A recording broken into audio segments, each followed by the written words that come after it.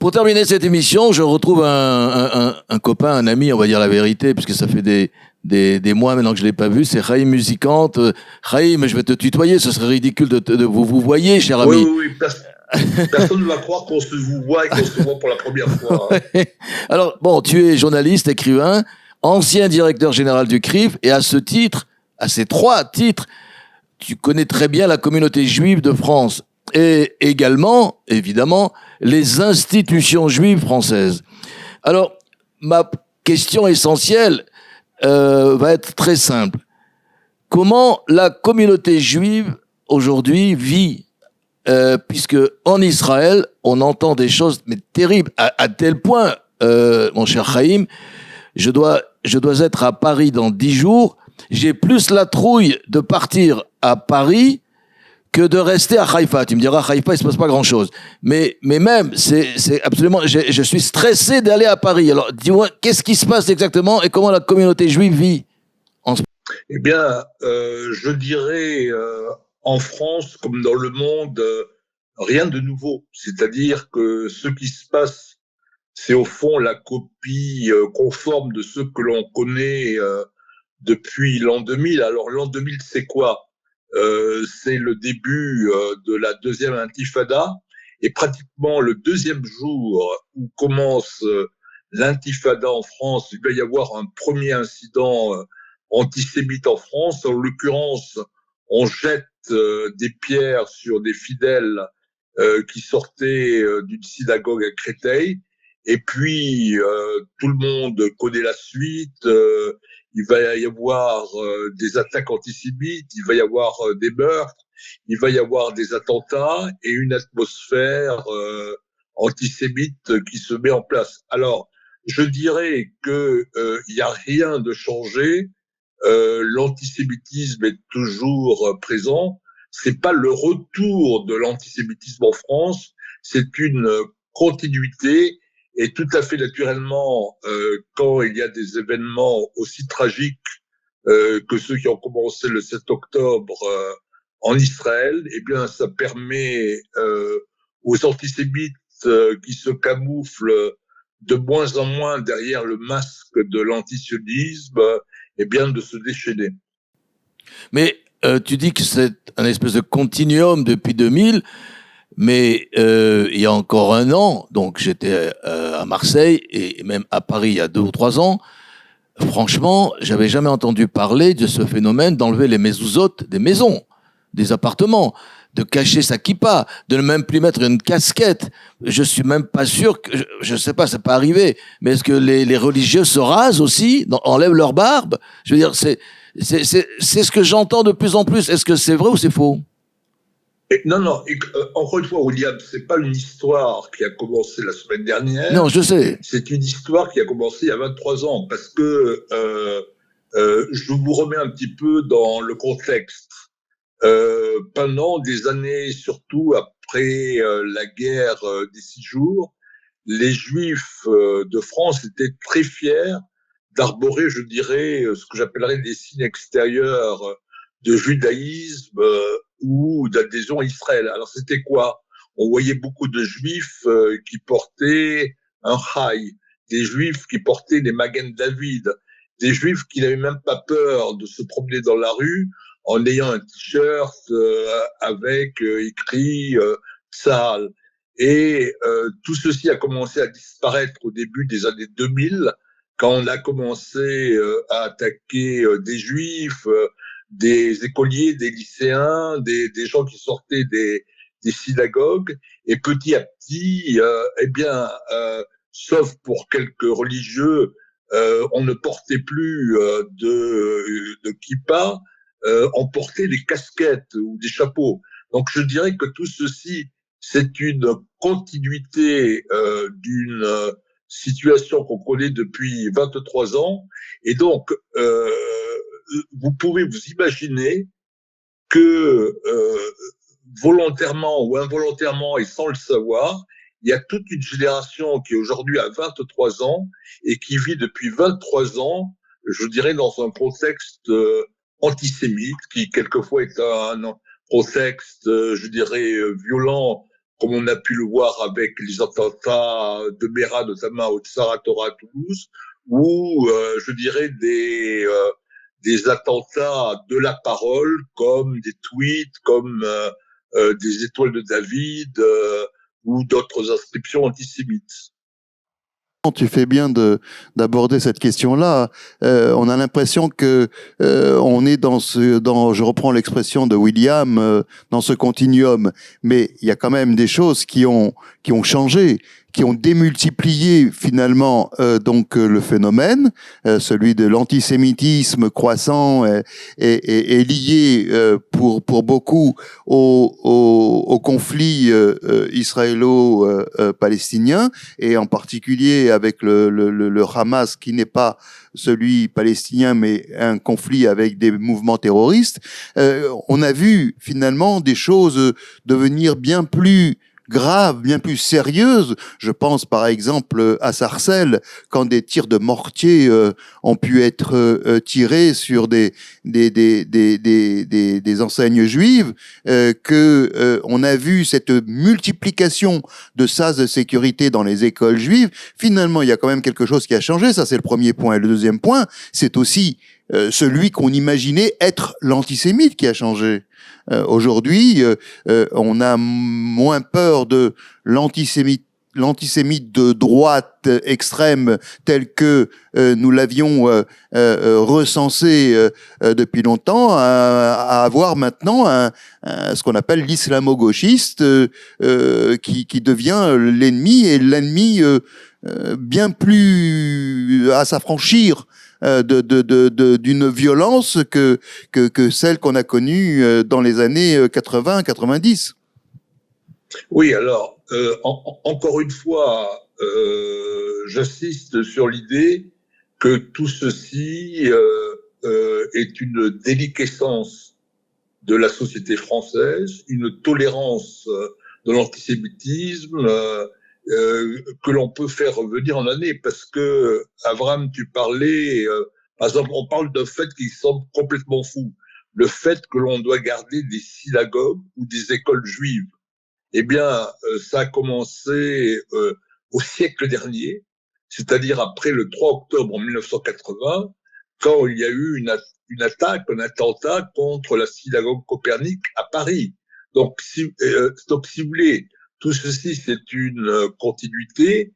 Et Abraham, je ne peux aller que dans ton sens quand on se dit que, au fond, l'antisémitisme, eh bien, vous savez, il y a l'expression de dire qu'on a lâché les fauves. Eh bien, on pourrait dire qu'on a lâché les antisémites, parce que pendant très longtemps, on a cru que l'antisémitisme, c'était une vieille réminiscence de l'extrême droite qui était portée notamment par Jean-Marie Le Pen avec toutes ces petites phrases dont tout le monde se souvient.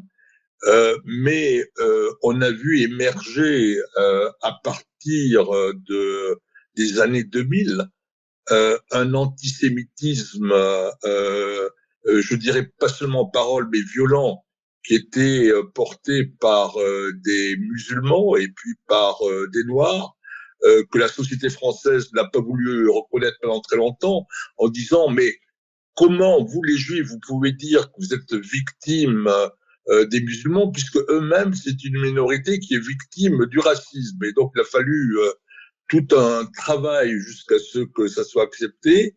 Et puis, il est vrai de dire qu'il y a certains partis qui semblent s'être cachérisés, comme le Rassemblement national, par exemple, de Marine Le Pen, où on sait que la semaine dernière, Éric Zemmour était en Israël et a fait un véritable tabac auprès d'un certain nombre d'Israéliens d'origine française, et que le parti qui porte aujourd'hui l'antisémitisme en France, c'est les Insoumis de Mélenchon, les Insoumis qui, par exemple, vous savez qu'il y a une manifestation qui est prévue à Paris dimanche, oui. ce dimanche, une manifestation unitaire contre l'antisémitisme, et Mélenchon n'y va pas. en disant qu'il dénonce ce rassemblement, je cite, des amis du soutien inconditionnel du massacre des Palestiniens. Et pour lui, Mélenchon, qu'on a connu autrefois comme membre du Parti socialiste, eh bien tout simplement, il fait de l'électoralisme. C'est-à-dire que, alors, il s'est dit, il y a peut-être une carte à jouer avec l'électorat musulman, et l'on sait que lors de la dernière élection présidentielle qui a eu lieu il y a l'année dernière, en 2022, on sait que 66% des électeurs qui se prétendent musulmans ont voté pour Mélenchon. Mais de l'autre côté, il y a deux sondages qui sont sortis la semaine dernière qui sont très intéressants. C'est que le premier sondage est que 78% des Français considèrent que l'islamisme est un danger pour la France, et 71% considèrent que Mélenchon est un danger pour la République. Alors, on ne va pas pavoiser en se disant c'est formidable, prise de conscience, etc., etc. Mais il semblerait que l'opinion publique française est en train de comprendre petit à petit et d'évoluer. Et c'est pas seulement lié à ce qui se passe au Proche-Orient, mais c'est également lié à ce qui se passe en France. Alors, je voulais vous dire que je vais faire un jeu de mots très facile, qui est que en 2002, lors du dîner du CRIF, avec le président de l'époque, Roger Kuckerman, nous avions pris l'initiative de distribuer à tous les participants un livre, et on nous avait traité de fous et de dingues, qui s'appelait « Les territoires perdus de la République », en disant « mais c'est quoi cette histoire? Vous êtes complètement fous ». Et moi, j'ai l'habitude, pour parler de l'état de la France, non pas de parler de territoires perdus, mais de territoires occupés. Puisque tu parlais à l'instant de cette manifestation de dimanche, je suis curieux de savoir, toi qui es un ancien du CRIF, sans dévoiler des secrets d'alcôve, est-ce que d'après toi, le CRIF va appeler à intégrer cette manifestation, sachant, puisque apparemment c'est maintenant public, que le RN sera présent? Oui, Jonathan Arfi a appelé à cette manifestation. Alors je dirais que apparemment, président du CRIF. Tout le monde y va, même si les socialistes et les communistes ont dit nous on ne manifestera pas à côté du Rassemblement national. Bon, ils sont pas obligés pour la photo d'être juste à côté. Les seuls qui ont dit on n'y va pas, ce sont les insoumis. Donc oui. Les gens vont venir. Les gens vont venir. Et encore une fois, ce n'est pas une manifestation qui est organisée par le CRIF. On se souvient d'une autre manifestation où Mélenchon et Marine Le Pen avaient été exfiltrés, oui. Parce qu'elle était organisée par le CRIF. Mais là, c'est une manifestation républicaine, puisqu'elle est à l'initiative des présidents du Sénat et de l'Assemblée nationale. On est dans un cadre différent. Galit Benzimra, une question. Bonsoir Chaim. Alors, par rapport à cette manifestation, on se souvient tous en 1990 de la manifestation géante, 1 million de personnes, quand il y avait eu l'histoire et l'affaire du cimetière de Carpentras. On a l'impression... Alors déjà, est-ce que vous pensez que la manifestation qui arrive dimanche rassemblera autant que celle pour le cimetière de Carpentras? Et est-ce que vous pensez que c'est la place des Juifs de se rendre à cette manifestation? Je m'explique. Est-ce que vous pensez pas que pour une fois, il serait bon et judicieux de laisser le combat contre l'antisémitisme à la France entière et ne pas en faire notre combat, puisque de toute façon, pour nous, pour les Juifs de France, il est perdu d'avance. On a beau faire des antisémites, il y en aura toujours. Est-ce que ce combat contre l'antisémitisme n'est pas le combat de la France? Et les Juifs, pour une fois, ne devraient-ils pas rester de côté et laisser la France et les Français se battre pour eux? Alors, je trouve que votre question est tout à fait pertinente parce que si on remonte à la manifestation après la profanation d'un cercueil à Carpentras, c'est vrai qu'il y avait tout le monde, y compris le président de la République, François Mitterrand. Et il se trouve que dans mes fonctions de directeur général du CRIF, j'ai organisé plusieurs manifestations. Il y a eu une manifestation extrêmement importante en 2002 que nous avions organisée à la fois pour protester contre les actes antisémites et également contre les actes terroristes en Israël. On était en pleine intifada, on avait eu 200 000 personnes. Et puis après, moi j'ai observé une baisse de fréquentation lorsqu'il y a eu une manifestation. Ensuite, après l'assassinat du jeune Ilan Halimi, il y avait 60 000 personnes. Et puis ces dernières années, on est content si on arrive à avoir, disons, quelques milliers de personnes. La dernière manifestation où il y a eu du monde, c'était une manifestation au Trocadéro, qui était pour protester contre le fait que on n'a pas jugé l'assassin de Madame Halimi.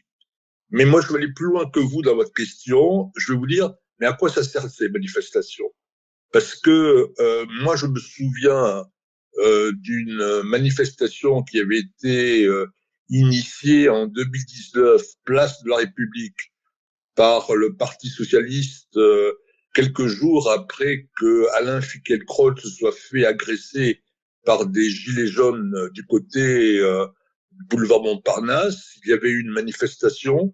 C'est très sympathique, mais moi, ce que je dis, c'est que qu'il y ait les Juifs ou qu'il n'y ait pas les Juifs, ce type de manifestation n'aura aucune influence, mais absolument aucune influence sur, je vais être politiquement incorrect, mais c'est pas grave, j'assume.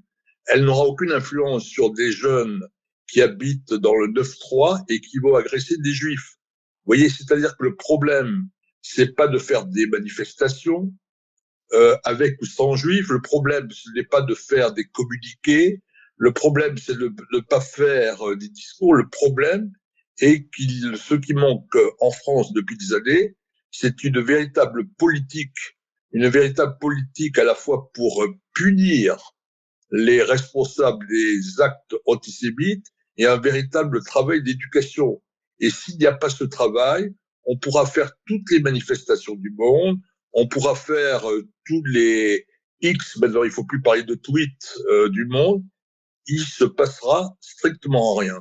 Mais justement, Chaim, parce que là où je pense que ces manifestations, elles ont, même si le petit dealer de shit du 9-3, il en a rien à faire que les Juifs et que les Français sortent en masse dans les rues de Paris, je pense que ce genre de manifestation, elle peut avoir une influence, au contraire, sur le juge, sur la justice, sur celui qui va avoir à juger le prochain imam, comme celui de Beaucaire la semaine dernière ou il y a 10 jours, qui n'a écopé que de 8 mois avec sursis, autant dire rien du tout.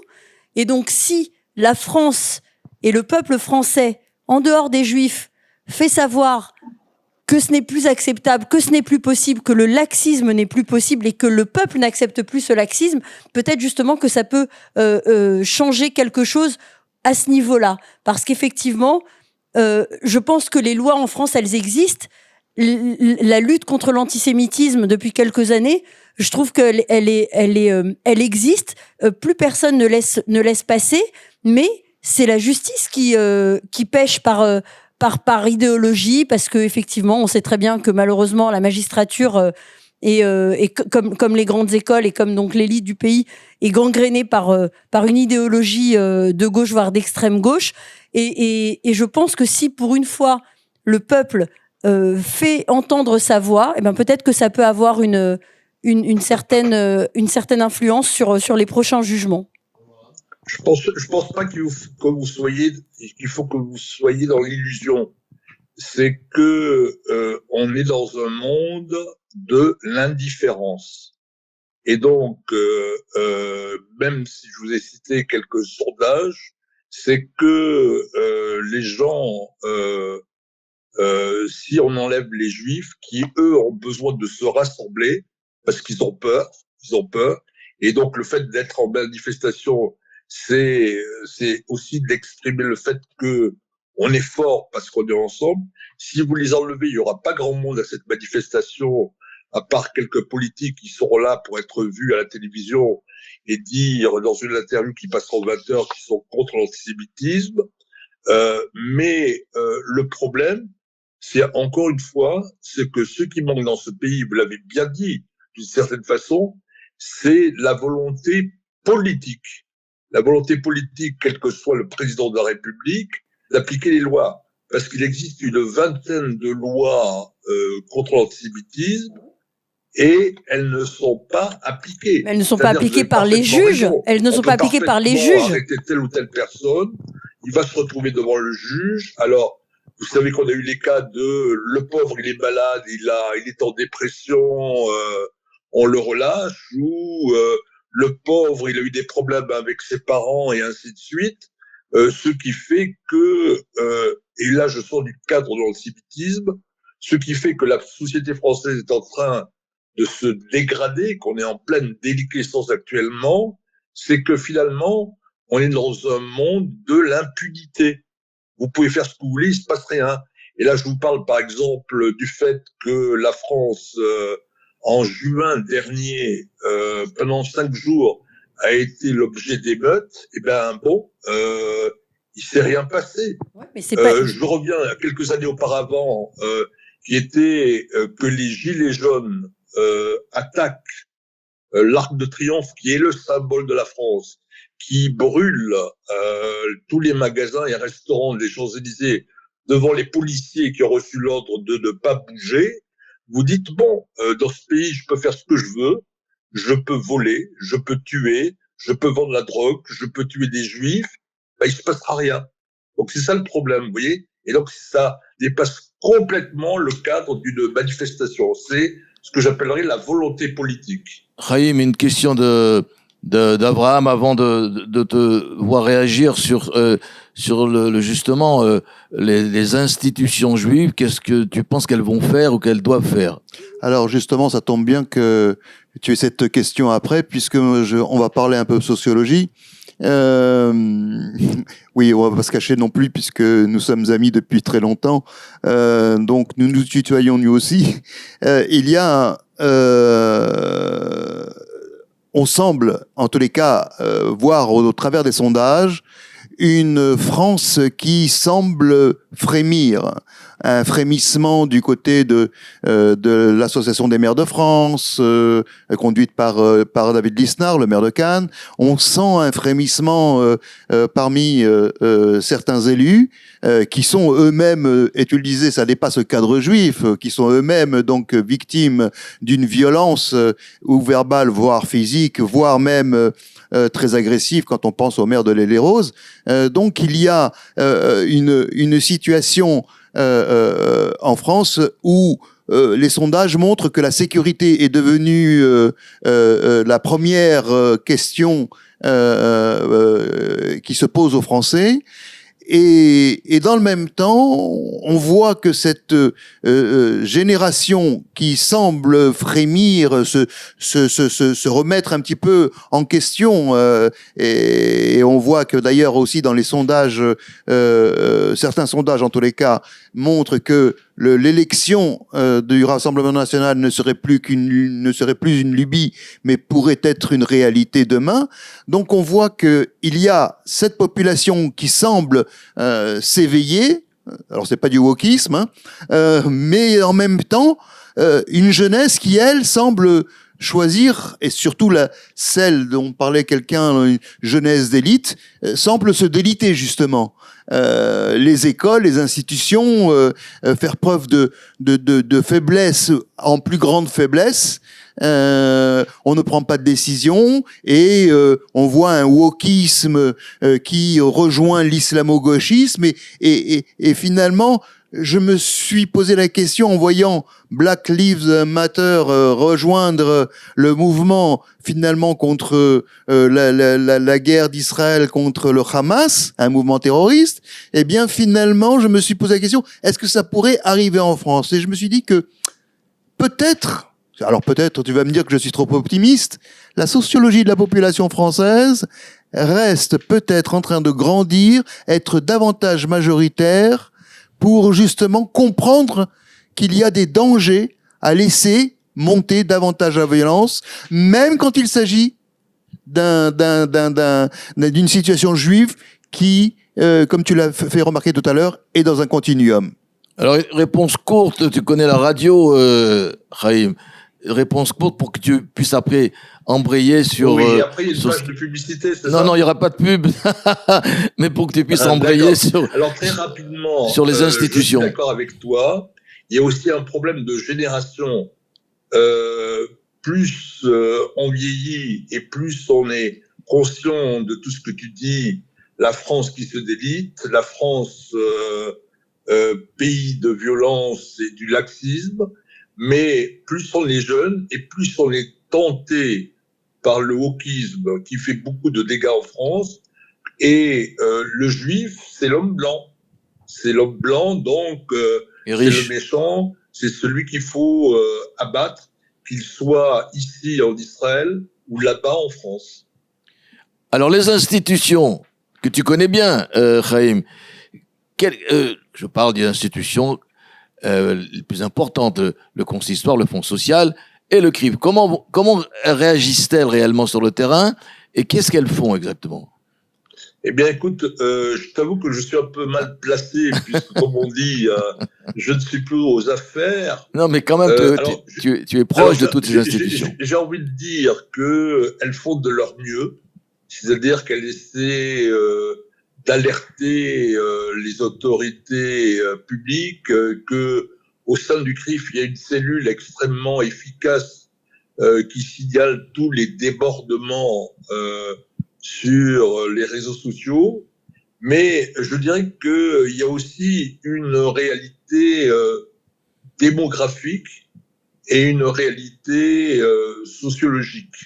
C'est-à-dire que aujourd'hui, selon certaines statistiques, et je pense notamment aux études qui ont été faites par le professeur de la Pergola, il ne reste plus en France que 463 000 juifs. 463 000 juifs. Et je rappelle que les bébés le moins de 18 ans ne votent pas aux élections. Donc, c'est-à-dire que la masse des électeurs juifs est en train de baisser. Et je ne suis pas sûr qu'il y ait le même chiffre pour la population musulmane. Alors, je dis ça avec beaucoup d'ironie, mais mon propos est de dire que l'influence des organisations juives baisse parce que dans les premières années, il y avait bien sûr une sympathie pour Israël qui a disparu. Il y avait une culpabilité par rapport à la Shoah et je dirais que le point d'orgue, ça a été en 1995 quand Jacques Chirac a reconnu la responsabilité de la France dans la déportation. Mais plus on avance, et là nous sommes 78 ans après la fin de la Deuxième Guerre mondiale, et il y a un renouvellement des générations politiques qui n'ont pas connu la Deuxième Guerre mondiale, ce qui fait que avec, je dirais, tout l'acharnement positif qu'essaient d'avoir des organisations comme le CRIF, le Consistoire, le Fonds social ou d'autres institutions, je dirais que leur capacité, comment dirais-je, de concrétisation, quelquefois, n'est pas aussi forte qu'on pourrait le souhaiter. Parce qu'en réalité, tout a fondu comme neige au soleil, quoi. C'est ça que tu veux dire. Les Juifs ne sont plus intéressants, électoralement parlant. Donc, finalement, les institutions font avec. Ou est-ce que tu penses écoute, pas, pardon, si je tu voudrais... me permets d'être cynique, Oui, je te je te permets. dirais que un homme politique ou une femme politique a deux buts dans la vie. Le premier but, c'est d'être élu. Le deuxième but, c'est d'être réélu. Et donc, il regarde le nombre Ben oui. d'électeurs juifs, il regarde le nombre d'électeurs musulmans, il regarde le nombre d'électeurs islamo-gauchistes. Bon. Et comme beaucoup d'hommes politiques ont une machine à calculer dans la tête, eh bien, en fonction, ils décident. Encore une fois, en politique, et à quelques exceptions près, les hommes politiques n'ont pas d'amis, ils n'ont que des intérêts, et c'est la même chose également pour les gouvernements. Et, excuse-moi, mais je vais être un petit peu méchant avec les institutions, mais et pardonne-moi hein, pour la place que tu as occupée pendant si longtemps et si merveilleusement, et je le dis sans flatterie. Il y a aujourd'hui, c'est ce que est rapporté de plus en plus par certains hommes, en tout cas haut en couleur, sur des plateaux de télévision ou ailleurs, un décalage entre les institutions et la population juive. C'est-à-dire que l'équilibre qui doit être celui de l'institution, le choix de l'équilibre de l'institution, semble ne pas satisfaire, en tous les cas, apaiser les peurs et en même temps être synonyme d'une réalité au quotidien que vivent donc les populations juives en France. Et donc, on en a eu un exemple frappant dans cet entretien qu'a eu le grand rabbin Chaim Korshia avec le recteur de la mosquée de Paris sur le plateau de BFM, où on l'a vu finalement être tellement timide devant des aberrations évoquées par le recteur, et finalement, au sortir de tout ça, reste une espèce de mélasse intellectuelle où on n'a rien appris, il ne sortira rien, mais on pourra toujours se vanter d'être toujours à vivre ensemble. Et est-ce que finalement, ce compromis, ce culte du compromis pour les institutions n'est pas en train d'agrandir le fossé entre la population et les institutions juives qui les représentent?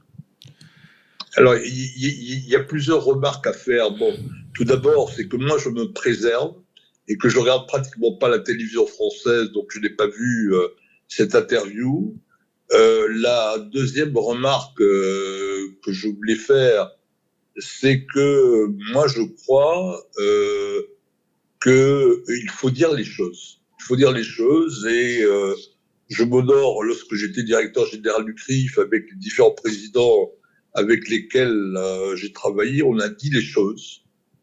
Parce que si on est là pour représenter les intérêts de la communauté juive, on n'est sûrement pas là, disons, pour être des juifs de cour, et on a dit des choses.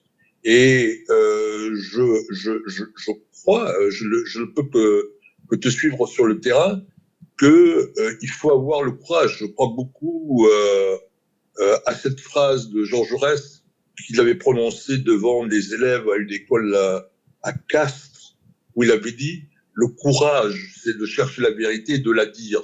Je crois que c'est très, très important. Et le problème aussi que je voudrais dire à travers ce que tu exprimes comme décalage. Alors c'est vrai que quelquefois, il faut savoir faire la différence entre compromis et compromission.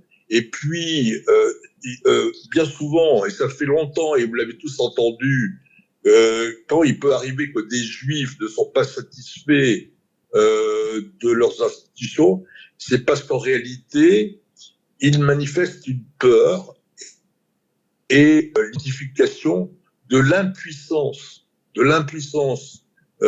des organisations à pouvoir faire bouger les choses, et de voir que les organisations juives, avec leurs forces et leurs faiblesses, peuvent faire tout ce qu'elles veulent, mais ça n'empêchera pas qu'il y ait de plus en plus de gens qui soient antisionistes en France et antisémites. C'est ça le véritable problème. Alors, et je dirais que, avec tous les défauts du monde, des organisations comme le CRIF, c'est un rempart. On va dire comme ça, c'est un rempart. Le dernier mot appartiendra à Galit Benzimra. Alors, moi, Chaim, je voulais déjà d'abord vous remercier d'avoir participé ce soir à notre émission et puis surtout dire que là, ce soir, vous nous avez éclairé, vous avez été clair, concis, précis et qu'on peut vous retrouver donc sur l'antenne de Tandem TV dans un podcast que nous retransmettons votre podcast donc et que nos téléspectateurs peuvent vous retrouver donc régulièrement sur l'antenne de Tandem TV dans ce podcast brillant et aussi clair que toutes les explications que vous nous avez fournies ce soir. Merci. Merci Chaim. Merci. Et à très bientôt. Et allez Bordeaux. Allez, à bientôt. Merci bientôt. Chaim. Au revoir. Au revoir. Bonsoir. Voilà, cette émission se termine. Moi, je voudrais quand même remercier les... C'est dommage, hein. Oui, mais bon, il faut une fin à tout. Évidemment, Chaim Musicante, qui est toujours à l'antenne. Mais Galit... Merci à pour tes interventions, je dirais très pertinentes. Merci. L'historien de l'émission, hein, en fait. Avec avis, merci. Avec avis, mais l'historien sur le terrain, puisque tu es un guide touristique. Et avis, Banzeter, qu'on s'est rencontrés. On s'est rencontrés il y a tellement longtemps, maintenant je compte plus les années. Merci William. Voilà, merci à tous et à la prochaine. À bientôt. Au revoir.